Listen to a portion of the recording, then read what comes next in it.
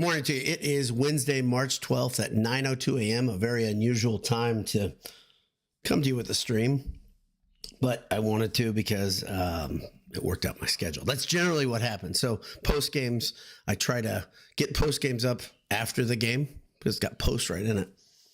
And then the QuickCast, it kind of is where I can fit it in my schedule.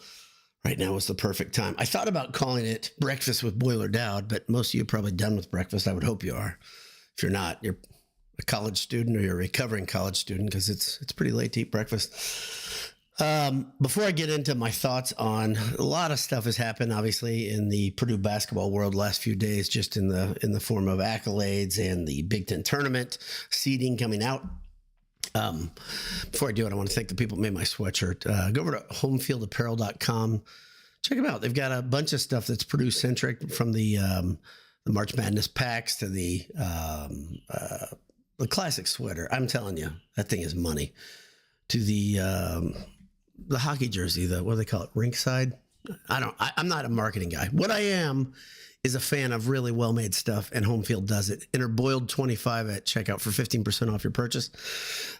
Also, when you're at Purdue and you have just watched Braden Smith, Trey Kaufman-Renn, or Fletch Loyer have a hell of a game, what you might want to do is head quickly to get in front of the crowd towards the fire station.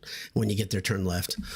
Blue Lights of AJ's will welcome you, and also the most helpful staff in all the Purdue land.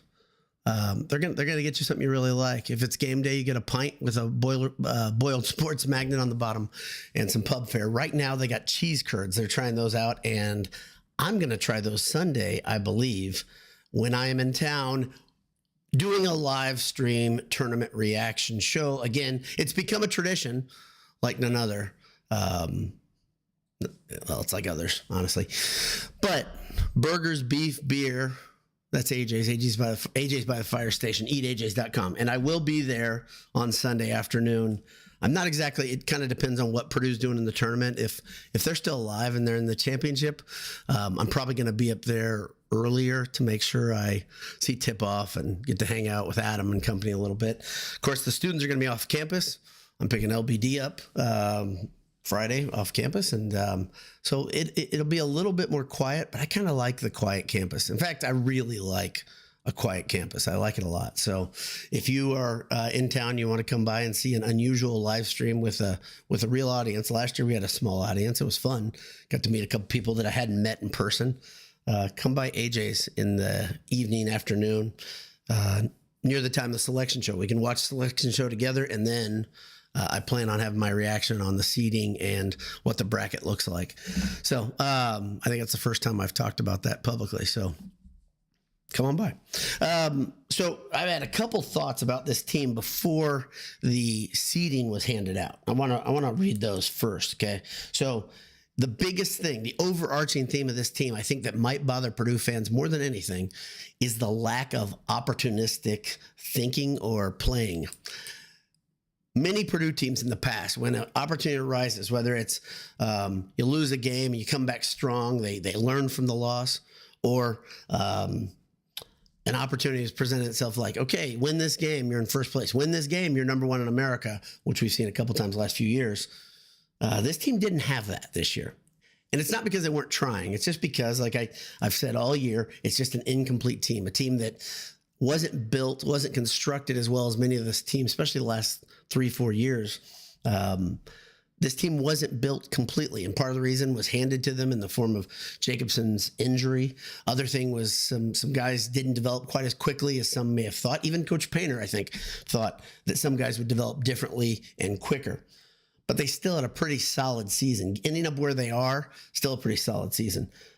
Lots of great individual efforts all season. But some of the hallmarks of Purdue teams, this team lacked. Obviously, the defensive problem was a big deal. It came up over and over and over. The other big one, there's two more, I'd say, actually. And underneath that defensive umbrella, the inability to block shots and protect the rim was a big one. Then cleaning the glass, especially on the defensive side. How many games this year did Purdue just struggle to stop offensive possessions by other teams? And that hurt them quite a bit, hurt them all season. So I call this team fantastically incomplete because on one side, you've got guys that really know what they're doing and are really, really good at their craft. On the other side, you have a team that is incomplete and didn't win games you thought they would. Specifically, that Illinois game, the one that's fresh in our minds, Purdue had, I don't want to say assured victory because it surely wasn't, but at least had a fighting chance to make the game a one shot into the game type of contest. Instead, in that final minute 20, they just couldn't do it. And it came down to multiple things. Illinois was hitting their shots, which Illinois is a mixed bag from three. And I'm positive that'll come to burn them either in the Big Ten tournament and or in the NCAA tournament. But they found a way versus Purdue. Purdue wasn't guarding the three very well in the first half. In the second half, Illinois just made shots. And that's kind of their MO. Keep shooting. Shooters got to shoot, that sort of thing. Even guys that aren't very good shooters got to shoot, and they do there. That burnt Purdue. And also Purdue couldn't come with a stop when they really, really needed it. And they needed it at the end, obviously. So you lose by 8 after being tied at 1:19 left. Another thing, let's see. This is really interesting. So let's move towards the tournament talk. Purdue ends up getting a single bye. That's really interesting. It's the first time since 2020 they would have played. They would have not gotten the double bye. 2020, of course, the tournament was canceled hours before Purdue was about to play. I think that's right, if I remember correctly, because I think they got one round in. And then everything shut down.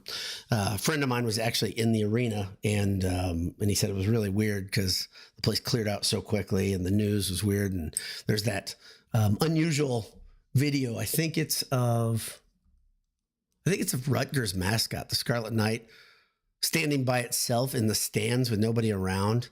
And it was like kind of a foreshadowing of what was about to come, the difficult situation that was about to come.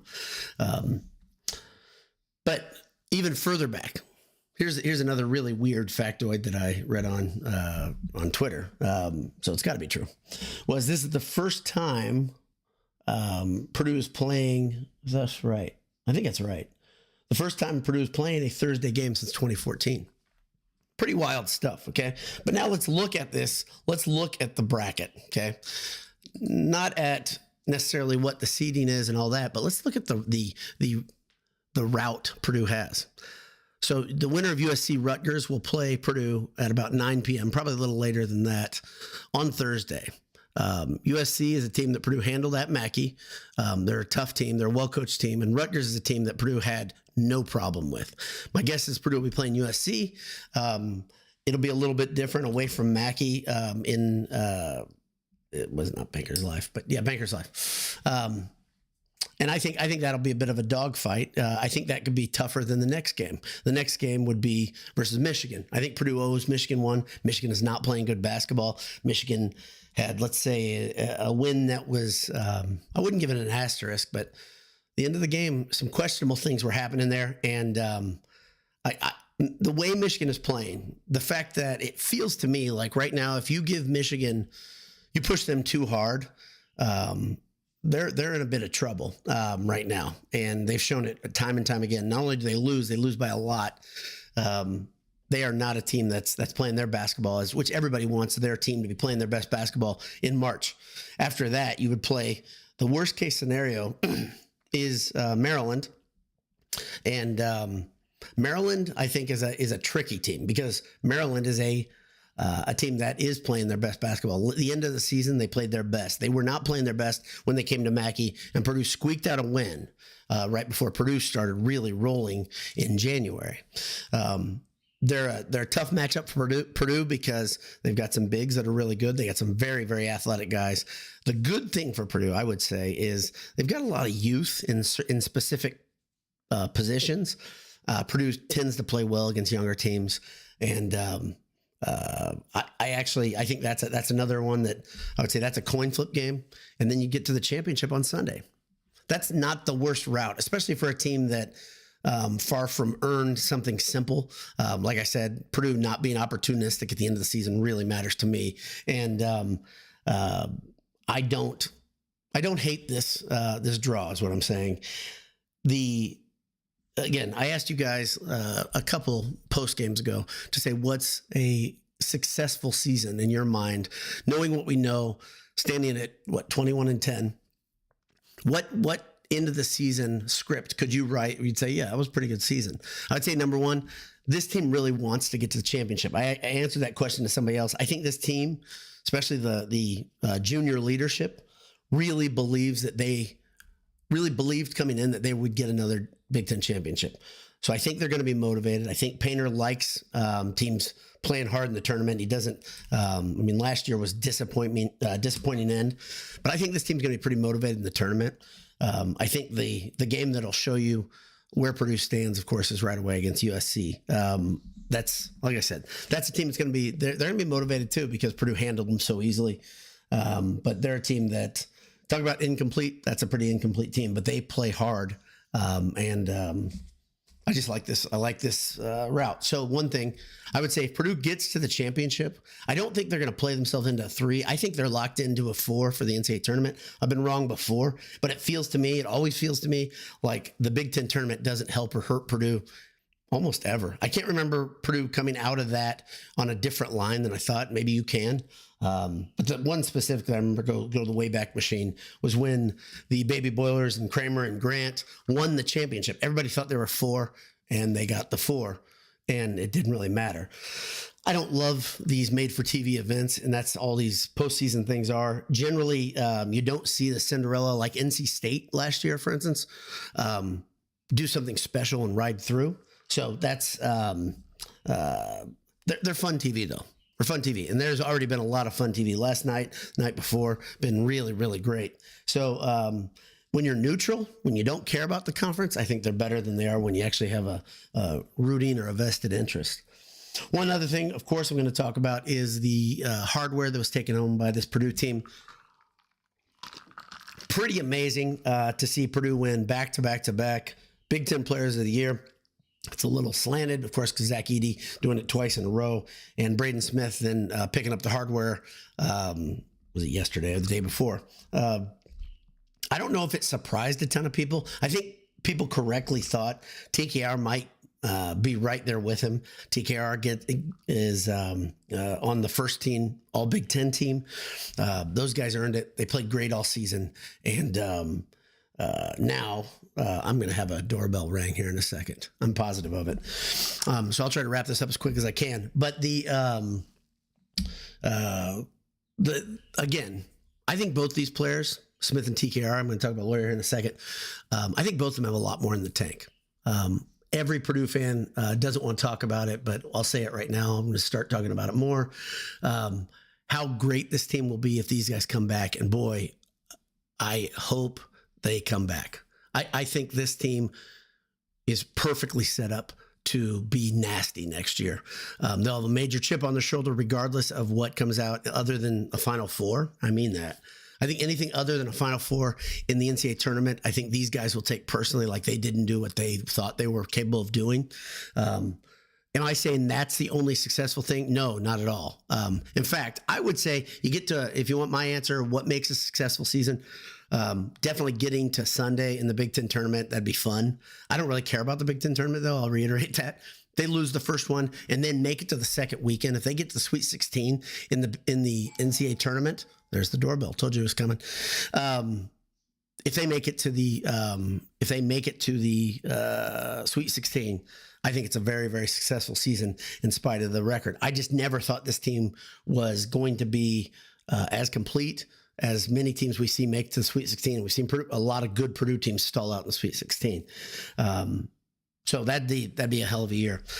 But TKR, Smith, and of course Loyer. Loyer was named honorable mention All Big Ten. That's also a pretty good honor and pretty great for a guy that I wouldn't say had his best season or what he's capable of completely, but he shoots the lights out and he has everybody's attention. There's always an eye on him. He always draws a good defender.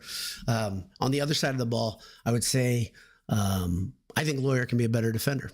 I'm going to be real honest. I think TKR can be a better defender. I think Smith can be a better defender. I think all of them can do something very, very special in black and gold again, by the way. It was less than a year ago. This is one thing that makes me nuts. If I'm going to get really, really frank on Twitter, people act like last year didn't happen already. It bought a lot of time and a lot of goodwill with me. I know some of you aren't the same as me, and you think, what have you done for me lately? Well, lately, in the last 365 days, they went to the national championship. That should really, really matter. And I'm seeing it a lot of times from people that are younger than me. Not hard to find someone younger than me on Twitter or anyplace else. I'm 49. But I never thought, I literally had resigned myself within the last few years that they were never going to go to a Final Four. But then my perspective changed when I saw the Fairleigh Dickinson loss. I thought they're going to go back because of Zach Edey and what he thinks. That's really one thing. The way Zach Edey played with that massive chip on his shoulder for an entire season, the way the team espoused his way of thinking and he became the culture definer for the team is pretty noteworthy. And you see how much of a difference he made because of his even keel nature. The fact that before the game, he looked like he wanted to absolutely kill somebody every single game, regardless of who they were playing. And on the other side, you've got TKR and Smith and even Loyer a little bit. They are really, really emotional guys.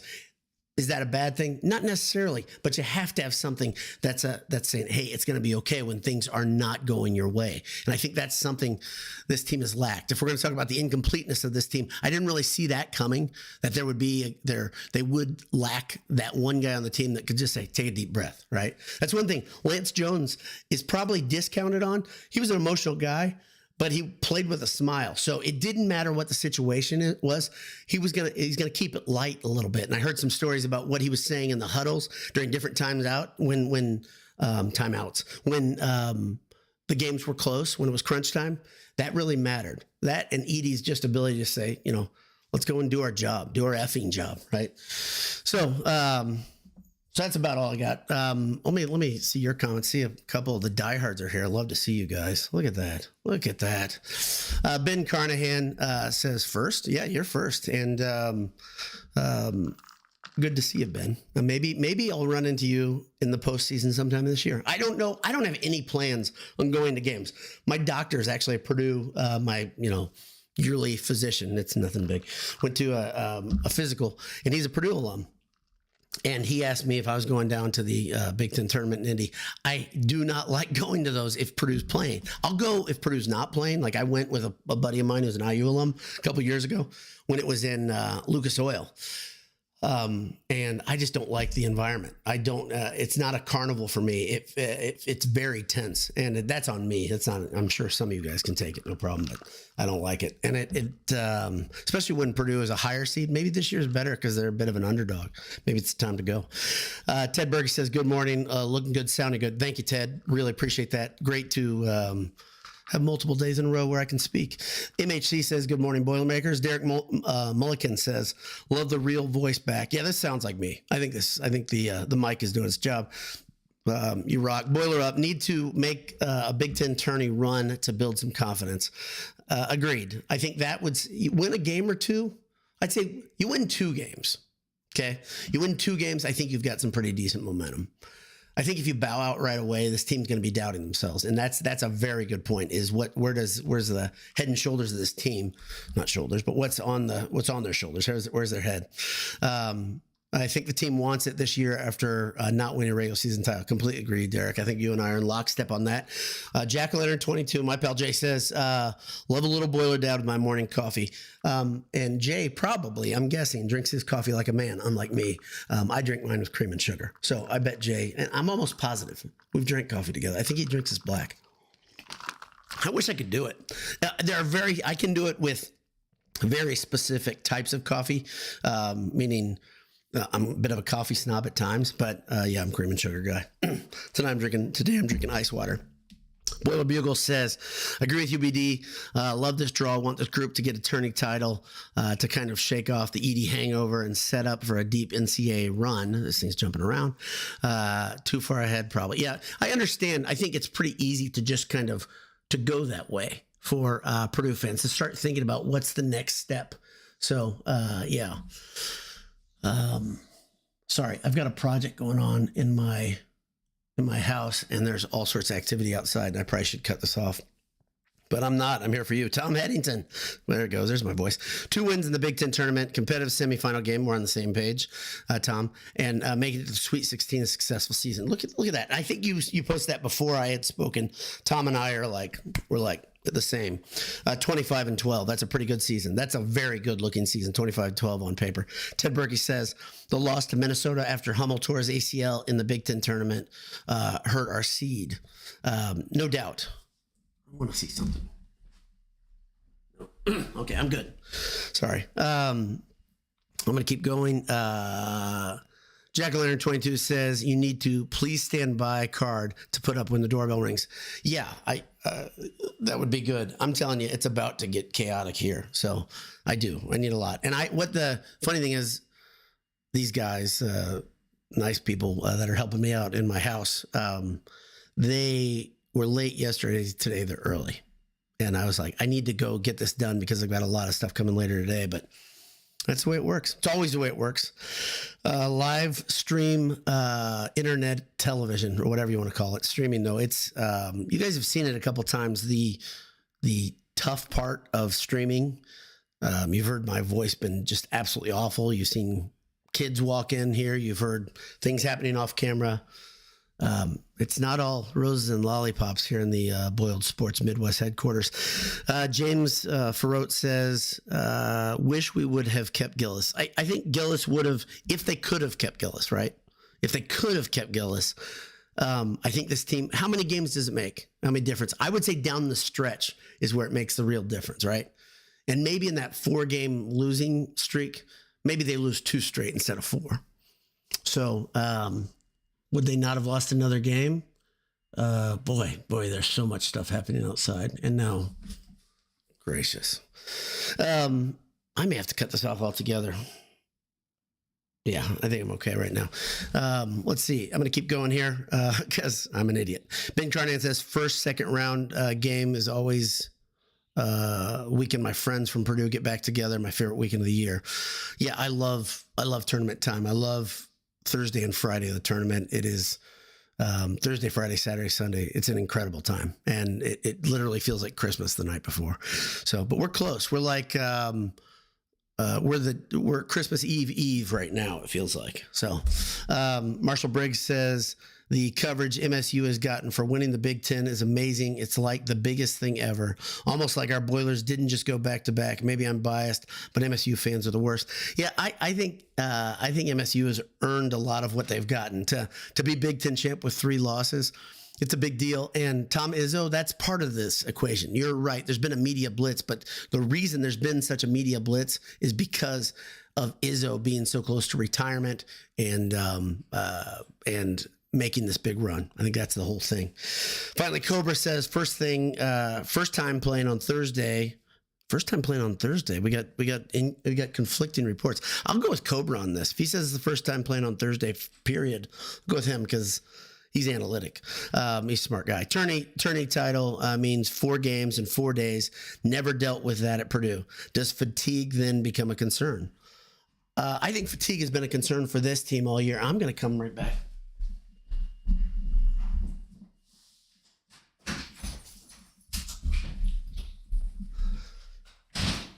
Does fatigue become a concern? Fatigue has been a concern for this team all year. And we saw it early that when they played too many games close together, we saw it at the end of the year, obviously. So, yes, I think fatigue is a concern. And it comes back to people are angry at Painter for playing players a lot of minutes. First off, I said this the other day, and I talked about it on Twitter. Smith played a lot of minutes last year. He played 34 minutes a game, and he was paired up with Edey at 32 minutes a game. This year, 36.5, and that's a bit of a jump, but it's not a huge jump. And then TKR playing 30. This is not new to Painter to say I'm going to lean on the guys that make plays and are the best players on the team. No doubt it's not new. The problem I think you could argue is earlier in the season. I have argued this about Painter. You can develop players a little bit quicker earlier in the season when you're beating the hell out of a team. Maybe you play CJ Cox more minutes at point.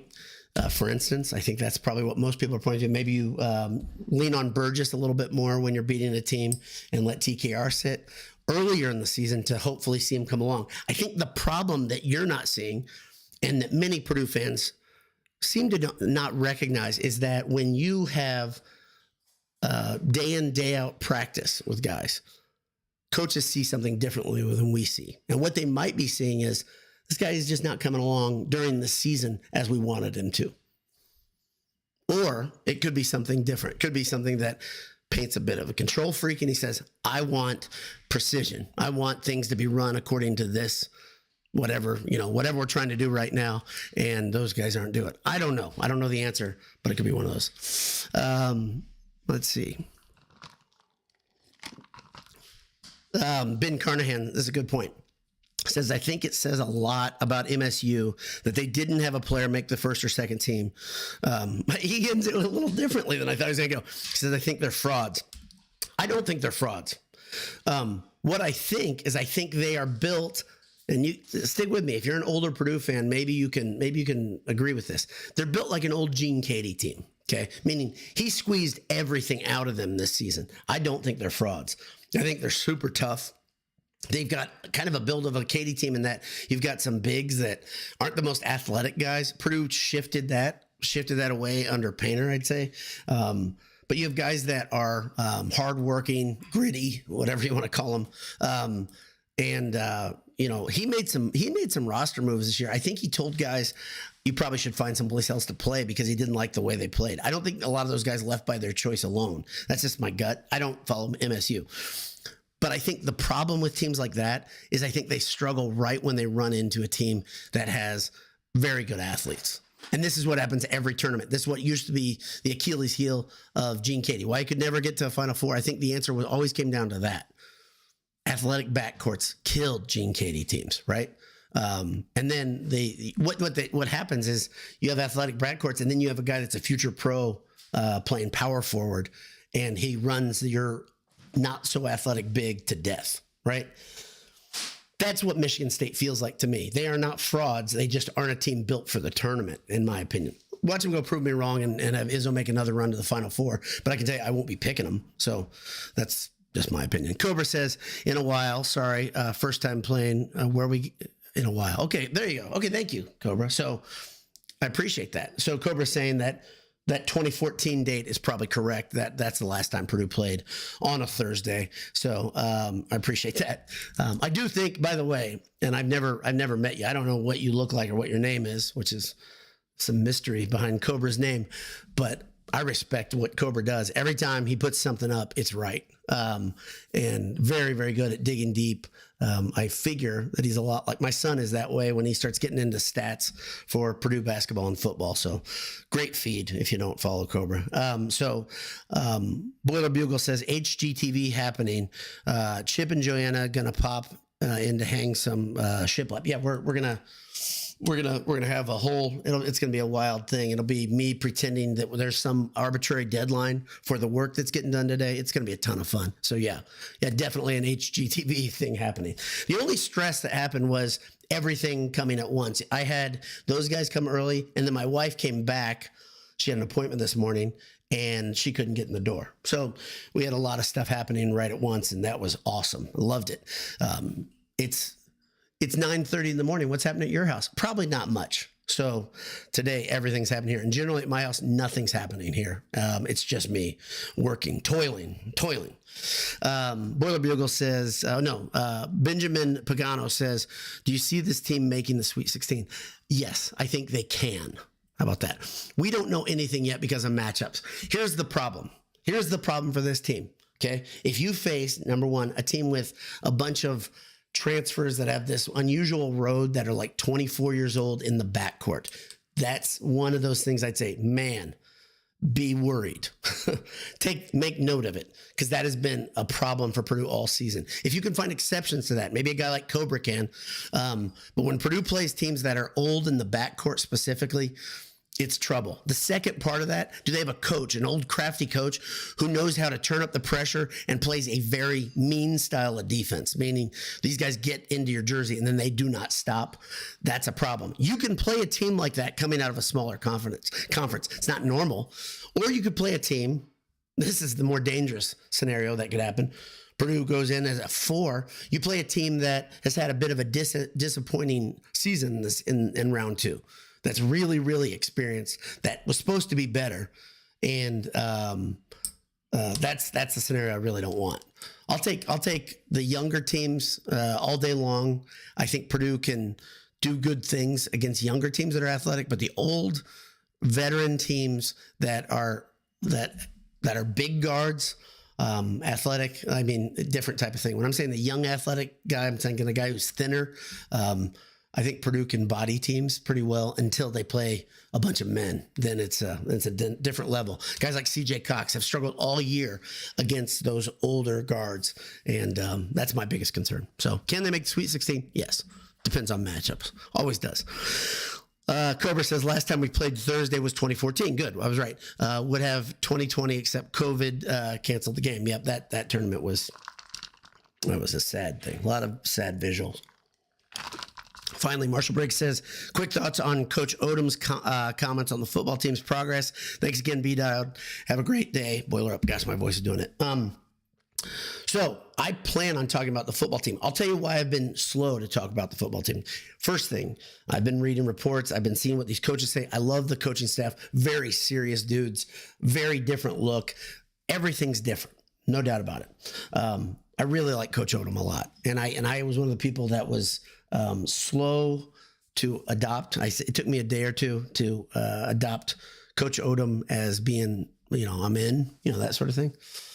But when I did, I was all in. I love the way he speaks. His coach speak is different than either Brahms or Walters. But the big thing I'm having a hard time, I think this team, we talk about incomplete basketball teams, that football team is, it's just a frame of a team right now. I think you're going to see 15 to 20 more players come onto the roster, and you're going to see more departures. I think there are going to be a lot of guys that do not like the physicality of the training, the conditioning of this team. It's been rough, I've been told. A lot of guys vomiting in trash cans. They're trying to do everything they can to get this team ready. The problem you have right now is you don't have many physically imposing bigs in the trenches on either side, defense and offense. And so I am slow to talk about this team because I think it's so incomplete. Now, when will we know more at the end of the next portal closing for football? Probably not. But you'll know more on paper that there look like guys that the offensive line has been fortified by some old, some crusty vets, and they need it. They need a lot of size. And defensive line's the same way. Last year we joked there were, 1 or 2 position groups. You're like, worried about that. And that turned out pretty poorly. This year, I'd say we have all position groups are a question mark. And I'm not joking about that. It's pretty crazy. I think Purdue's biggest strength right now is running back.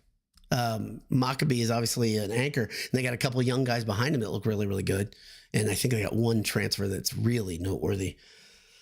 But I haven't even studied the roster all that much because I don't know what to do with it. I don't think it's complete.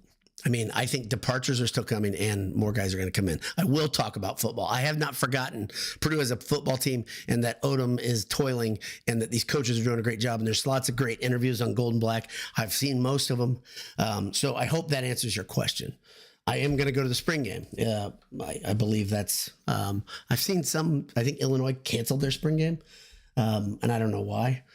But I could see Purdue saying, hey, maybe not this year. Maybe we wait a couple months before we have a showcase. But what they're going to do is it's going to be 1v1s, and it's going to be that truncated version of football. It's not going to be, I don't think they can go 2 full teams. I just don't think they can based on what I'm reading. So I could be wrong.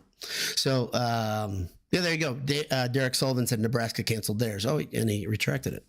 Got him too quick. So I don't know if Nebraska's canceled his or not. I appreciate the heads up, Derek, if it's real. If it's not, I think Derek already retracted it. So he did say it. Okay. Nebraska has canceled their spring game. So this is a bad era for program development It is really bad because if you're a program like Purdue that needs years to develop guys, because you're going to get guys maybe that. I mean, think about what Tiller did. That was what his strength was. I'm going to get guys who I think have talent that I can make them bigger and stronger. I'm going to change their position, right? Put them in a position to succeed. But it takes a year or two for those guys to fill out, right? I mean, I can think of specific examples of that. Guys, tight ends made into interior linemen. Happen all the time. Some Purdue had wide receivers that became defensive ends under Tiller. That happened too. Purdue had quarterbacks that became linebackers. That's Tiller's genius was finding a guy that was really talented at another position that was either recruited as a completely different guy and was built into something else. Now, guys come in and you better hope they're happy because many of them leave if they develop. Think about that sad scenario. How many Purdue guys that were under recruited out of high school and Jeff Brom found a diamond in the rough. Nick Scorton had very few offers. And then he's gone. As soon as you see how good he is, he's gone. So it's a tough era to assess in the offseason. I'll tell you one thing, though, as much as I dislike the media, and I really do, they got Purdue right last year. Worst team in the Big Ten, and they were the worst team in the Big Ten. Did they get everybody right? Hell no, they didn't. In fact, they got more wrong than right. But I remember that one because it's close to home. Derek Sullivan says, Matt Rule said it was due to potential tampering concerns. There you go. I like Matt Rule. We can disagree on Matt Rule. I like Matt Rule a lot. I think Matt Rule's a pretty honest guy. I hate that he's in Nebraska. Anytime you have a coach that's likable at a program that you don't like, at a fan base you don't like more than that, it's rough. The part of the reason I dislike the fan base of Nebraska is a good friend of Boiled Sports lives in the shadows of Lincoln, and he doesn't live in the shadows. He's not like a troll. But yeah. So I hear his perspective and I hear his stories and I'm like, yeah, I don't like this. I don't like these people very much, but I do like Matt Rule. And I think he's absolutely right. If you put your spring game on Big Ten Network, which Purdue will, there's going to be a guy or two that shows up, shows out. Does he get poached afterwards because the portal opens back up? Boy, that's a good point. It is such a mess. And you can blame lack of controls, lack of forethought by the NCAA. That's awful. And the worst thing is I've seen it more now. The agents are running the thing and it's not surprising. So, yeah, I could get in a whole nother rant about how much longer I will still love college sports because of it getting shaken to its core. So, we'll see what happens close to home this offseason for both football and basketball, because there's a lot of stuff yet to be decided. That's a long QuickCast. All QuickCasts are long. You know that by now if you've been around here.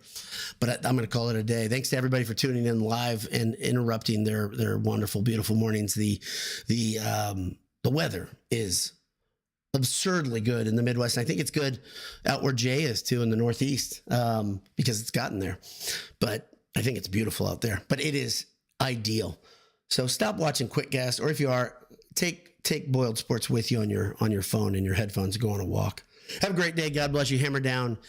Big Ten tournament starts tomorrow, or starts today, but for the good guys, it starts tomorrow. We'll see you.